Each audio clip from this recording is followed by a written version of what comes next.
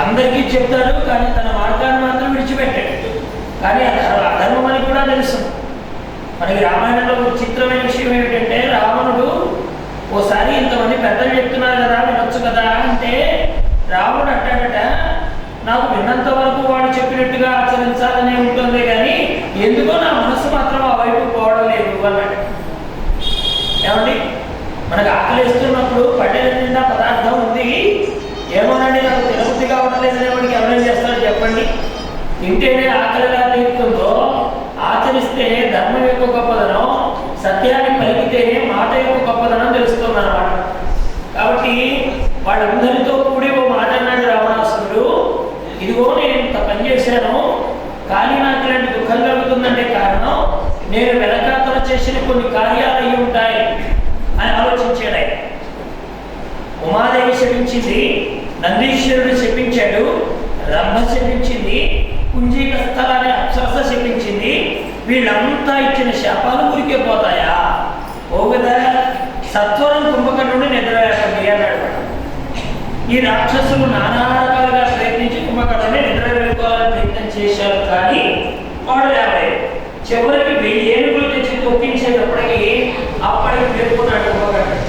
జరిగిందంతా తెలుసుకొని వెంటనే రావణాసురుడి దగ్గరికి వచ్చి అన్నయ్య నీకు ఆ రోజే చెప్పాను హితుల మాటలు పెడచెవిని పెట్టి ప్రాణాన్ని తెచ్చుకోవద్దు, చెడ్డ పనులు చేసే వాళ్ళకు పతనం తప్పదన్నయ్యా అన్నాడు కుంభకర్ణుడు. దానికి రావణాసురుడు అన్నాడు, నిన్ను నిద్ర లేనిది ఏది మంచిగా ఏది చెడో చెబుతావని నేను విందామని కాదు, ఏదో ఉద్ధరిస్తామని చెప్పాను.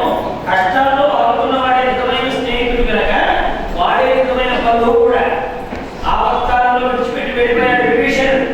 ఇప్పుడు ఈ అవసరం వచ్చింది కనుక ప్రయత్నం చేయి అనగానే వెంటనే రావణాసురుడి మాటలకి కుంభకర్ణుడు నిద్ర లేచి అంటున్నాడు కదా, అన్నయ్య నాకు తోచిదేదో చెప్పాను కానీ ఇప్పుడు నా ముందున్న కర్తవ్యం ఏమిటంటే నీ మాట వినడమే. అన్నగారి నీ మాట పెట్టాను, అది చావో రేపో తప్పో ఒప్పో సత్యమో అసత్యమో ధర్మమో అధర్మమో ఈ మీకు అవసరం కానీ అవసరం నువ్వు చెప్పమన్నా నువ్వు చేయమన్నా కనుక పనిచేసేస్తాను అని వెంటనే ఇప్పుడు నా ప్రతాపంలో చూపిస్తానన్నయ్య నీకు ఈ కుంభకర్ణుడు నాడు అంటూ వేగంగా ఈ దూరంకి వచ్చేసాడు.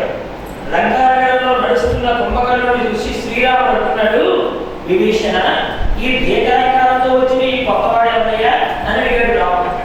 అప్పుడు అన్నాడు, అన్నయ్య శ్రీరామ ఇతడు మా చిన్నన్నయ్య ఉంటాడు, వీడి పేరు కుంభకర్ణుడు, వీడికి శక్తితో వీడికి ఈ నిద్రపోవడము అతికాయం ఉండడము బాగా బలంతో ఉండడం అనేది వీడికి పుట్టుకతో వచ్చినటువంటి బలం. పుట్టగానే వీడు కొన్ని వేల జీవులు తినేశాడు. వీడు బ్రతకడానికి అప్పుడు పుట్టగానే ఈ ప్రపంచం మీద ఉన్నటువంటి వాటన్నింటినీ భోజనం చేశాడు వాడు. వీడిని ఇలాగే వదిలేస్తే ఇక సృష్టిలో ఏ ప్రాణి మిగలదని బ్రహ్మగారు ఒక నియమం పెట్టాడు. ఏమిటా నియమం? 6 నెలలు పడుకో 6 నెలలు నిద్రలే. నువ్వు ఇలాగే ఎప్పుడు మేల్కొన్నావు అనుకో ఎవరి భూమి మీద మిగలడు, మొత్తాన్ని నవ్వేస్తావు. అందువల్ల 6 నెలలు నిద్రపోతాడు, 6 నెలలు మేల్కొంటాడు. ఆ రోజు వీడు దొరికిన ప్రతి ప్రాణిని తినేస్తాడు. మేల్కొన్న మరుక్షణం మళ్ళీ 6 నెలలు పడుకుంటాడు. ఇప్పుడు ఈ రోజున నీకు చంపడానికే రావణాసురుడు వీడిని నిద్రలేపాడేమో అని విభీషణుడు అనగానే యుద్ధ భూమిలో కుంభకర్ణుడు వీర విహారం చేస్తూ కనిపించాడు. ఈ వానరుని దొరికిన వాడు దొరికినట్టుగా ఈ గుప్పెడ పట్టుకొని బాగా వేయించిన వేరుశనగ విత్తనాలు ఉంటాయి కదా, ఎలాగైతే అలా వేసేసుకొని నవలేసుకొని ఉంటాడో మామూలుగా తినడానికి ఆసక్తి కలిగిన వాడు అలా దొరికిన వానర వీరులందరినీ ఆరగించేస్తున్నాడు కుంభకర్ణుడు. వేగంగా వెళ్ళి కుంభకర్ణుడు ఒక దెబ్బ కొట్టాడు హనుమంతుడు. వాడి కోపం రావడంతో తన శూలంతో హనుమంతుడే ఒక కోడు పొడిచాడు. కుంభకర్ణుడిని మళ్ళీ స్వామివారు తిరిగి కొట్టడం ప్రారంభం చేశారు. ఆ సమయంలో అంగదుడు కూడా వేరే వైపు నుంచి కుంభకర్ణుడిని పడగొట్టడానికి ప్రయత్నం చేస్తే కుంభకర్ణుడు రెట్టించిన ఉత్సాహంతో హనుమని ఈ పక్కన వస్తున్నటువంటి అంగదుడిని ఇద్దరిని కూడా యుద్ధరంగంలో ముప్పు తిప్పలు పెట్టాడు ఆ రోజు. ఇక సుగ్రీవుడు కుంభకర్ణుడిని ఎదిరించి వాడు కొట్టిన దెబ్బలకి స్పృహ తప్పిపోయాడు. కుంభకర్ణుడు సుగ్రీవుడిని ఎత్తుకొని లంక వైపు బయలుదేరుతున్నాడు. ఎందుకని? రావణాసురుడు ఒక మాట చెప్పాడు, ఒరే సుగ్రీవుడిని కనుక పట్టుకొచ్చేస్తే రాముడి బలం సగం తగ్గిపోతుంది.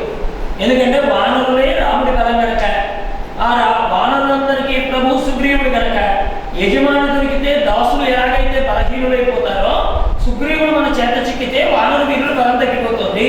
వానర వీరులే రాముడి బలం కనుక రాముడి ఆగు పొట్టు మీద కొట్టినట్టు అవుతుంది.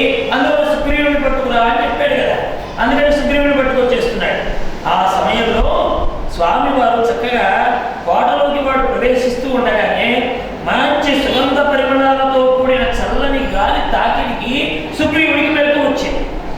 ఓ పక్క ఈ రాక్షసులందరూ చిత్రహింసలు పెడుతుంటే వాళ్ళందరినీ తప్పుకొని మళ్ళీ రాముడి దగ్గరికి వచ్చి నిలబడ్డాడు సుగ్రీవుడు. వాడు వానరులో ఆనందం పెళ్ళిపింది. ఒరే కుంభకర్ణ, ఎంత బలం ఉంటే నువ్వేమిటే, కనీసం వానరుల్లో సుగ్రీవుడిని సైతం నువ్వు ఎత్తుకోలేకపోయావు, అతనిని లంక దాకా తీసుకెళ్ళావే కానీ లోపల ప్రవేశింపచేయలేకపోయావు, నీ బలం ఉంటే కదా అని కుంభకర్ణుడి యొక్క బలాన్ని తక్కువ చేస్తూ సుగ్రీవుడి యొక్క మేధస్సుని పొగుడుతూ రాముడికి జై జయ ధ్వనాలు సరుపుతూ ఇలా ముందుకు పెడుతున్నారు వానర వీరులందరూ. ఇక మళ్ళీ కుంభకర్ణుడు యుద్ధరంగంలోకి వచ్చాడు. ఇక దొరికిన వాడిని దొరికినట్టుగా తినేస్తున్నాడు, చంపేస్తున్నాడు, వానర సైన్యాన్ని అల్లకల్లోకి పరుస్తున్నాడు. ఈ వానర వీరులంతా వీరావేశంతో పోరాడుతున్న సమయంలో అప్పుడు శ్రీరామచంద్రమూర్తి వాయువ్య అస్త్రాన్ని ప్రయోగం చేశాడు. దాంతో కుంభకర్ణుడి చేతులు తెగిపోయాయి. అర్ధచంద్రాకారంలో ఉన్న బాణాలు వేశాడు, వాడి పాదాలు తెగిపోయాయి. ఇక కుంభకర్ణుడి శక్తి తగ్గిందే కానీ వాడికి దూకుడు తగ్గలేదు. మనకి శాస్త్రంలో మాట చెప్పారు, ఎక్కడైనా ఒక అంగము లోపిస్తే ఆ అంగములకు ఉండే శక్తి వేరొక దానికి చేరుతుందట. రామాయణంలో ఇలాంటి రహస్యాలు కోరడున్నాయి. తాటకిని కొడతారు కదా స్వామివారు, కొట్టమన్నప్పుడు ఒకేసారి తాటకి మీద బాణం వేసేయలేదండి రామచంద్రమూర్తి. మనకు రామాయణం బాగా సినిమాలు అలవాటు అయ్యాయి కనుక అప్పుడు రామచంద్రమూర్తితో విశ్వామిత్రుల వారు చెప్తారట, ఏమని, రామ స్త్రీ అని సందేహించకు, బాణాన్ని ప్రయోగం చెయ్యి అని చెప్పాడట. అనగానే రాముడు బాణం వేశాడట, బాణానికి తాటకి కూలిందట. అట అని ఎందుకు అంటున్నానంటే జరగలేదు కాబట్టి. ఎందుకంటే రాముడు చాలా అవకాశం ఇచ్చాడు. ముందు రాక్షసులకి పనిచేసేది ఏమిటి అంటే ఈ చెవులను ముక్కని, కళ్ళు ఎందుకు పనిచేయవు రాక్షసుల కంటే ఎప్పుడు మద్యం మత్తులో ఉంటారు కనుక వాళ్ళ కళ్ళు ఉండి కూడా లేనట్లే. బాగా మద్యం తాగిన వాడికి ఒకళ్ళు ఇద్దరులాగా కనిపిస్తారు. వాడు ఎవరితో మాట్లాడుతున్నాడో వాడికే తెలియదు. కారణం ఏంటంటే కళ్ళు మత్తును ఆవరించి ఉంటాయి కనుక వాడి కళ్ళున్నా లేనట్టే. మరి దేని ద్వారా వాడు ఈ బాణాలు ప్రయోగం చేస్తారు రాక్షసులు అంటే వినికిడే. ఈ వినికిడి ద్వారా వాడు ఏ వైపునైతే మాటలు వినపడతాయో, రాముడితో విశ్వామిత్రుడు మాట్లాడుతున్నప్పుడు ఆ సమయంలో ఈ వైపు నుంచి శబ్దం వస్తుంది కదా అని ఆ వైపుకు బాణాలు వేయడం మొదలు పెట్టేవాళ్ళు ఈ తాటక, మారీచ, సుబాహులు అనేటువంటి వాళ్ళు రామాయణం. దాంతో చెవుల్ని కొడతాడండి ముందర.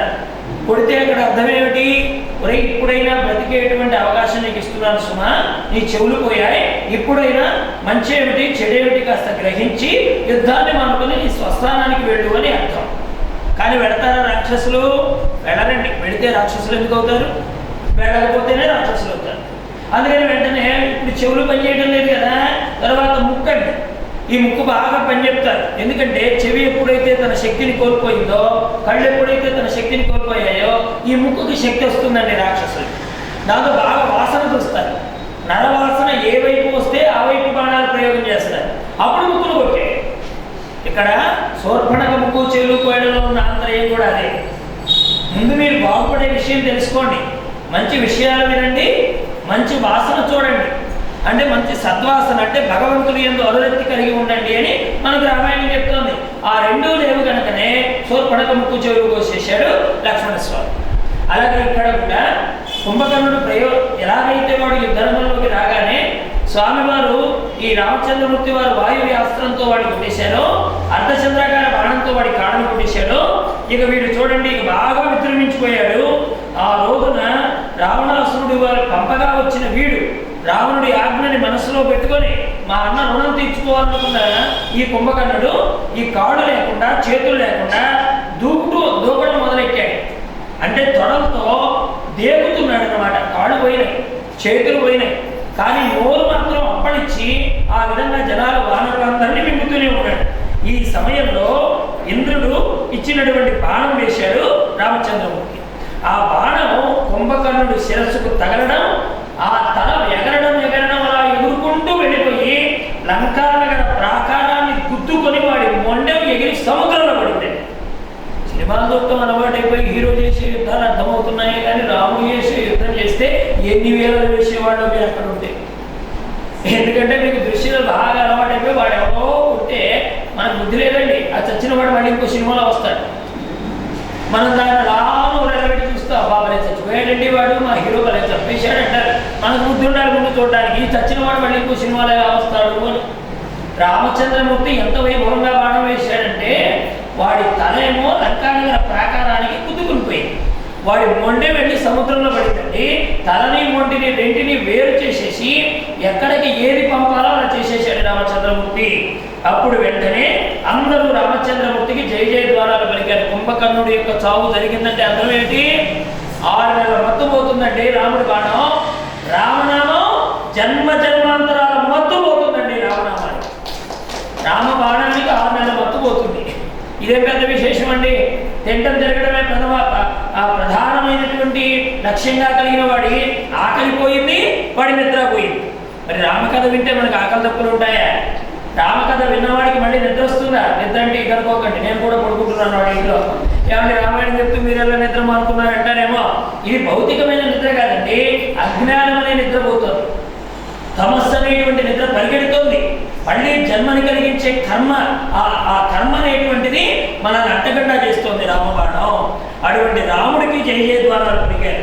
ఇక వెంటనే కుంభకర్ణుడి మరణం, రావణాసురుడి చెవిన పడడం, ఎంతో కలచివేసినట్టుగా దుఃఖపడుతూ శ్రీరాముడిని చంపనైనా చంపాలి, అతడి చేతుల్లో చావనైనా చావాలని నిశ్చయించుకొని ఆ తరువాత యుద్ధరంగానికి ఎవరిని పంపించాడండి? త్రిశూరుడు, దేవాంతకుడు, నరాంతకుడు, అతికాయుడు, వీళ్ళందరూ రావణాసురుడికి పుత్రులు. వీళ్ళందరూ బయలుదేరారండి రాముడి మీదకి. చూశారా? వాడు మాత్రం పోడు. ఎందుకు పోడు? తన కోసం చచ్చేవాడు ఉన్నంతకాలం వాడు పోడండి. రావణాసురుడి లక్షణం ఏమిటంటే కామం తొందరగా చావదండి, కామం చిట్ట చివరికి చస్తుంది. మరి ఏమేమి పెడతాయి ముందర? కింద నుంచి వస్తారు. కామం, క్రోధం, లోభం, మోహం, మదం, ఆశ్చర్యం కదా. ఆశ్చర్యం, మదము, మోహము, లోభము, క్రోధము, తరువాత చిట్ట చివరిది కామం. చంపేటప్పుడు అలా చంపుతారు. అందుకని ముందు మాత్సర్యం చావాలి. మాత్సర్యం లేకపోతే, మాత్సర్యం చచ్చింది అనుకోండి, అసలు మానవుడికి ఎన్ని చచ్చినా అది చావడం చాలా కష్టం అండి. మాత్సర్యం అంటే అర్థం ఏంటంటే అందరికంటే నేనే గొప్పవాడిని, లోకంలో ఎవరు నాకంటే గొప్పవాడిగా పేరు రావడానికి వీల్లేదు అని ఒక రకమైనటువంటి మాత్సర్యం. అది పైకి కనిపించదండి. పైకి మాత్రం ఎంతో ప్రేమ ఉన్నవారిలాగా నువ్వు లేకపోతే నేను లేనని నేను చెప్తారు కదండి, ఏవేవో డైలాగులు ఉంటాయి కదా, అలా ఉంటుందే కానీ లోపల చాలా ఈర్ష్యాసూయులు ఉంటాయి. అది కనిపించకుండా మానవుణ్ణి కబళించి వేసేటువంటి ఒక దుర్గుణం అది మాత్సర్యం. అందుకని మాత్సర్యం కింద నుంచి చంపితే కానీ కామం అనేది చావదండి. అందువల్ల రాముడు ఏం చేస్తున్నాడు? వీళ్ళందరినీ ఇలా చంపుతూ వస్తూ ఉంటే రావణాసురుడు కూడా ఇలాగే పంపిస్తున్నాడు. ముందు వాడు పోడు, వాడి పుత్రుడు పోవాలి, వాళ్ళ తమ్ముడు పోవాలి, వాళ్ళందరూ పోతే కానీ వీడు రాడు యుద్ధరంగంలోకి. ఇలా కొడుకులందరూ వెళ్ళిపోయారు. వాళ్ళందరినీ రామచంద్రమూర్తి అక్కడ వానర సైన్యం వీళ్ళందరూ వాడిని తుత్తునీయులు చేసేశారు. వాడి మీద స్వర్గాన్ని అలంకరించేశారు. ఇప్పుడు వాడి చూపు ఇంద్రజిత్తు మీద పడింది. ఇంద్రజిత్ వాడు రంగప్రవేశం చేశాడు. ఈసారి వీడు చావో రేవో అన్నట్టుగా క్రూరాతి క్రూరంగా యుద్ధం చేస్తున్న సమయంలో బ్రహ్మాస్త్రం వేశాడండి. ఆ బ్రహ్మాస్త్రం వల్ల రామలక్ష్మణులతో సహా వానర వీరులందరూ స్పృహ తప్పి పడిపోయారు. వినండి, బ్రహ్మాస్త్రాన్ని గౌరవించడం కోసమే రామలక్ష్మణుడు స్పృహ తప్పారే తప్ప అంతకు మించి ఏం జరగలేదు, భయపడకండి అని అందరికీ వినిపించేలా చెప్తున్నాడు విభీషణుడు. హనుమంతుడు కూడా ఆ బ్రహ్మాస్త్రాన్ని గౌరవించి కదలకుండా పడుతున్నాడండి. స్వామివారు కూడా ఆయనకి బ్రహ్మాస్త్రం పనిచేయదు. ఇంకోటి ఏంటంటే ఒకసారి ఒక వ్యక్తి మీద బ్రహ్మాస్త్రాన్ని ప్రయోగించిన తర్వాత మళ్ళీ రెండవసారి అదే అస్త్రం అదే వ్యక్తి మీద పనిచేయదు. ఇంద్రజిత్తు అప్పటికే ఒకసారి వేసున్నాడు సుందరకాండలో స్వామివారి మీద. ఈ రాక్షసులు ఏం చేశారు? చెట్ట బట్టలు కట్టారు, నార బట్టలు కట్టారు, అయిన ఇంకా అనేకమైన తాళతో కడుతుంటే హనుమంతుడు నవ్వుకున్నాడు. ఈ రాక్షసులకి ప్రయోగం తెలుసు కానీ ఇది ఎప్పుడు పనిచేస్తుందో తెలియదు. ఏమండి, వాడు ఎవడో 4 లడ్డూలు తిని షుగర్ బెళ్ళ వేసుకుంటే సరిపోయింది అనుకున్నాడట. బెళ్ళ వేసుకున్న పుణ్యం బెళ్ళదే, 4 లడ్డూలు తిన్న పాపం పాపమే పెరిగిపోతుందండి. అలాగే ఇక్కడ ఇతడేమనుకుంటున్నాడు? ఓహో, నేను శుభ్రంగా ఇంత గొప్పవాణి కదా, యుద్ధంలో నేను ఇంత గొప్పవాణి కదా అనుకుంటున్నాడే కానీ అసలు దేని వల్ల మానవుడి యొక్క గొప్పదనం బయటపడుతుంది అంటే దాన్ని నిగ్రహించగలిగే శక్తి ఉండి కూడా స్వామి బ్రహ్మాస్త్రాన్ని గౌరవించాడు. అక్కడ సుందరకాండలో అదే చేశాడు, ఇక్కడ యుద్ధకాండలో కూడా అదే చేస్తున్నాడు స్వామివారు. ఇలా జరిగిన సందర్భంలో యుద్ధ భూమిలో తిరుగుతున్నాడండి విభీషణుడు. అయ్యో బ్రహ్మాస్త్రం ప్రయోగించాడే, అందరూ పడిపోయారే అని అలా పెడుతూ ఉంటే జాంబవంతుల వారు అక్కడ ఈ దేహంతో పడినాడు. ఆయన కొద్దిగా వయస్సులో పెద్దవాడు కావడం చేత ఈయన తాత దగ్గరికి వెళ్ళాడు విభీషణుల వారు. వెళ్ళేటప్పటికి విభీషణ అన్నాడు. నేను విభీషణుని తాత మాట్లాడుతున్నాను చెప్పు అన్నాడు. హనుమంతుడు బ్రతికున్నాడా అని అడిగాడు. రాముడు ఉన్నాడా అడగల, లక్ష్మణుడు ఉన్నాడా అడగల, వానర సైన్యంలో సుగ్రీవుడు తన యొక్క అధిపతి కదండి, వానర సైన్యం మొత్తానికి ఆయన ఉన్నాడా అని అడగల, యువరాజు అంగదుడు ఉన్నాడా అడగల, ఎవరిని అడిగాడు? హనుమ ఉన్నాడా అని అడిగాడు. వెంటనే విభీషణుడు ఆశ్చర్యపోయి, అదేమిటి తాత ప్రభువుని గురించి అడగకుండా హనుమ గురించి అడుగుతున్నావే అన్నాడు. అప్పుడు ఒక అద్భుతమైన మాట చెప్పాడండి జాంబవంతుల వారు. విభీషణ, హనుమ ఒక్కడు లేకుండా మిగతా సైన్యంలో ఎంత ప్రముఖులు ఉన్నా కానీ ఈ విపత్తు నుంచి తప్పించగలగడం అది సాధ్యం కాని పని. ఒక్క హనుమ ఉన్నాడా వీళ్ళందరూ మళ్ళీ పునర్జీవితులవుతారు. ఒక హనుమ ఉంటే చాలు వీళ్ళందరూ మళ్ళీ పునర్జీవితులైపోతారు. ఆ సమయంలో ఆ విభీషణుడు ఆశ్చర్యపోయి, ఓహో హనుమ శక్తి ఇంత గొప్పదా. వాస్తవానికి విభీషణుడు కూడా హనుమ అంటే ఏమనుకున్నాడు? రామనామ శక్తి చేత ఇదంతా చేయగలిగాడు, ఒక బంటులాగా ఉన్నాడు అనుకున్నాడే. కానీ ఇంత విశేషమైన శక్తి హనుమకున్నదనేటువంటి విషయం జాంబవంతులు వారు చెప్తే కానీ విభీషణుడు కూడా అర్థం కాలేదు. అప్పుడు ఆ తరువాత జాంబవంతుడి సూచన మీదట హనుమంతుడు మృత సంజీవిని, విశల్యకరణి, సువర్ణకరణి, సంధానకరణి అనేటువంటి ఔషధాన్ని తీసుకురావడానికి బయలుదేరి వెళ్ళాడు. స్వామివారు చెప్పారు, బాబు ఇక్కడ ఇంత ఉపద్రవం జరుగుతోంది కనుక మళ్ళీ తిరిగి వీళ్ళు పునర్జీవితులై యథాశక్తి వాళ్ళకు ఉండే బలం వాళ్ళ శరీరానికి చేరాలంటే, ఇప్పుడు వచ్చిన ఉపద్రవం తొలగాలంటే నువ్వు ఒక పర్వతాన్ని, సంజీవిని పర్వతాన్ని తీసుకురావాలి. ఆ ఔషధులు కైలాస పర్వతం, వృషభ పర్వతాల మధ్యలో ఓషధీ పర్వతం అనే ఒక పర్వతం ఉంది, ఆ పర్వతం మీద ఇవన్నీ ఉన్నాయి అని చెప్పగానే హనుమంతుడిని చూసి, ఈ ఓషధీ పర్వతం అంటే తన ఔషధాలన్నీ లోపలికి లాగేసుకున్నట్టు. ఎక్కడ మళ్ళీ వెళ్ళిపోతే మళ్ళీ అందరు బ్రతికిపోతారో, మళ్ళీ వాళ్ళందరికీ ప్రాణాలు వచ్చేస్తాయి కదా అని ఆ ఔషధీయ పర్వతాలు లోపలికి తీసుకునేటప్పటికీ ఇక హనుమకి కోపం వచ్చి ఒక గర్జన చేశాడట హనుమంతుడు. ఆ గర్జనకి మొత్తం పర్వత గుహాలన్నీ మారుమోగిపోతే, ఓ పర్వతరాజా, శ్రీరాముడి పట్ల దయలేని వాడవై ఇలా ఔషధులు ఖండించకుండా చేస్తావా? ఉండి నీ పని చెప్తానని, నా బాహుబలం ఏర్పాటుగా నీకు చూపిస్తానని ఆ శిఖరాన్ని విరిచి మరీ తీసుకుపోతాను అనుకున్నాడు హనుమంతుడు. అన్నంత పని చేశాడండి స్వామివారు. ఔషధీ పర్వతం మొత్తాన్ని అరచేతిలో చేసేస్తున్నాడు. మనకు ఒక మాట ఉంటుంది, కరతలామలకము అని ఒక మాట. కరతలామలకం అంటే అర్థం ఏమిటి? అరచేతిలో ఉసిరిపండు అని అర్థం. అంటే అక్కడ అర్థం ఏం చెప్పారు? ఉసిరిపండు కనుక ఇంట్లో ఉంటే సర్వరోగాలకు నివారణ జరుగుతుందట. ఆ ఉసిరికని తిన్నా, ఉసిరిక పచ్చడి చేసుకు తిన్నా, ఉసిరికని మనం అలా బుగ్గన పెట్టుకున్నా, ఆ ఉసిరిక అనేటువంటిది అన్ని ఔషధ లక్షణాలు కలిగింది.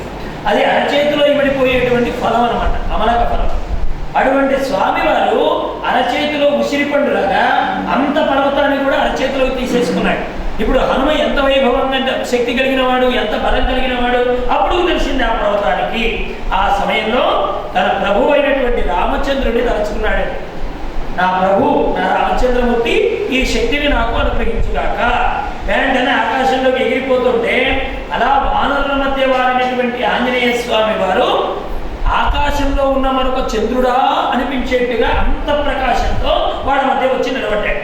వెంటనే ఔషధుల గాలి రావడం ఆలస్యం, రామలక్ష్మణులు వానరులు తిరిగి లేచి కూర్చున్నారు. అందరూ కోలుకోవడంతో హనుమంతుడు మళ్ళీ దాన్ని తీసుకువెళ్ళి యథాస్థానంలో పెట్టొచ్చాడు. మహాత్ములైన వాళ్ళు వస్తువును ఉపయోగించుకుంటారు, యథాస్థానానికి చేరుస్తారు. దుర్మార్గులైన వాళ్ళు వస్తువును ఉపయోగించుకుంటారు, ఇంకొకటి పనికి రాకుండా చేస్తారు. రావణాసురుడు చేసే పని అలాంటిది. వాడు కుబేరుడి దగ్గర నుంచి పుష్పక విమానం తెస్తాడా? ఎవరికి ఇవ్వడండి, వాడే ఉపయోగించుకుంటాడు. ఇంకా ఎవరికైనా ఉపయోగపడుతుందేమో భయం, తనని కాదని ఎవరైనా మళ్ళీ దాన్ని పట్టుకెళ్ళిపోతారేమోనని వాడు ఆ పక్కనే ఉంచుకుంటాడే. ఏది అక్కడ వాడి పడక మందిరం ఉంటుంది, శయన మందిరం, ఆ పక్కనే పెట్టుకుంటాడు ఆ పుష్ప విమానాన్ని కూడా. అంత భయం అన్నమాట. కానీ మహాత్ములు ఏం చేస్తారు? ఇది అందరికీ ఉపయోగపడాలనే గుణం కలిగి ఉంటారు. అందుకే మహాత్ములందరికీ లోకా సమస్త సుఖినో భవంతు అని ఓ మాట అంటారు. అందరూ ఉండాలి అందులో. అందులో దుర్జనులు ఉండొచ్చు, సజ్జనులు ఉండొచ్చు, పాడు పనులు చేసేవాడు ఉండొచ్చు, కామపరాయణులైన వాడు ఉండొచ్చు.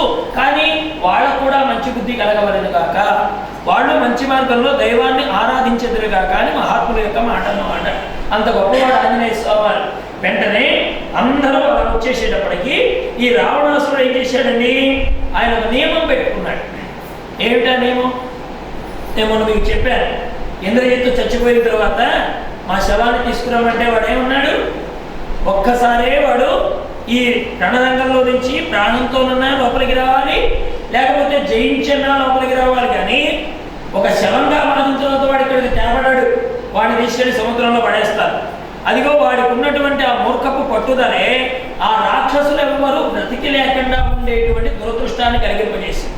ఈ వానరులందరూ అక్కడే దేహాలని పడి ఉండడం వల్ల, రామలక్ష్మణుల కోసం తేబడిన ఔషధముల యొక్క వాసన వల్ల వాళ్ళందరూ మళ్ళీ పునర్జీవితులయ్యారు. తర్వాత వానరులు లంక పైన విజృంభించారు, ఆ లంకకు నిప్పెట్టేశారు. ఆ తర్వాత కుంభకర్ణుడి పుత్రులైనటువంటి వాడు కుంభుడు, నికుంభుడు, కరుడు కుమారుడైనటువంటి మకరాక్షుడు అనేవాడు ప్రాణాలు కోల్పోయారు ఆ రోజు జరిగిన యుద్ధంలో. ఇంద్రజిత్తు మళ్ళీ అదృశ్య రూపంలో రణరంగానికి వచ్చాడు, కనబడకట. రాక్షసమాయితోని ఈ యుద్ధ భూమి నిండా పొగలు కమ్ముకునేలా చేస్తే ఎవరికెవరూ కనబడలేదు. ఏది అదృశ్యంగా ఉండి పోరాడుకుంటున్న సమయంలో అప్పుడు లక్ష్మణుడు శ్రీరాముడితో అన్నాడు, అన్నయ్య, ఈ భూమి మీద రాక్షసుని నామరూపాలు లేకుండా చేయడానికి ఇప్పుడే బ్రహ్మాస్త్రాన్ని ప్రయోగిస్తాను అన్నాడు లక్ష్మణస్వామి. దానికి రాముడు అన్నాడు, లక్ష్మణ, ఒక్క రాక్షసుని హింసిస్తున్నాడని దక్కిన వాళ్ళందరినీ చంపడం న్యాయమా? చూడండి రాముడు ఎంత ధర్మాన్ని పట్టుకున్నాడు. ఈ సమయంలో బ్రహ్మాస్త్రం ప్రయోగిస్తే కాదనేవాడు ఎవరండి రామచంద్రమూర్తిని? తన వాళ్ళకింత అపాయం కలిగిస్తున్నారు కనుక తన సైన్యాన్ని రక్షించుకోవడానికి ఆ పని చేయడానికి ఇది అందరూ సమ్మతిస్తారు.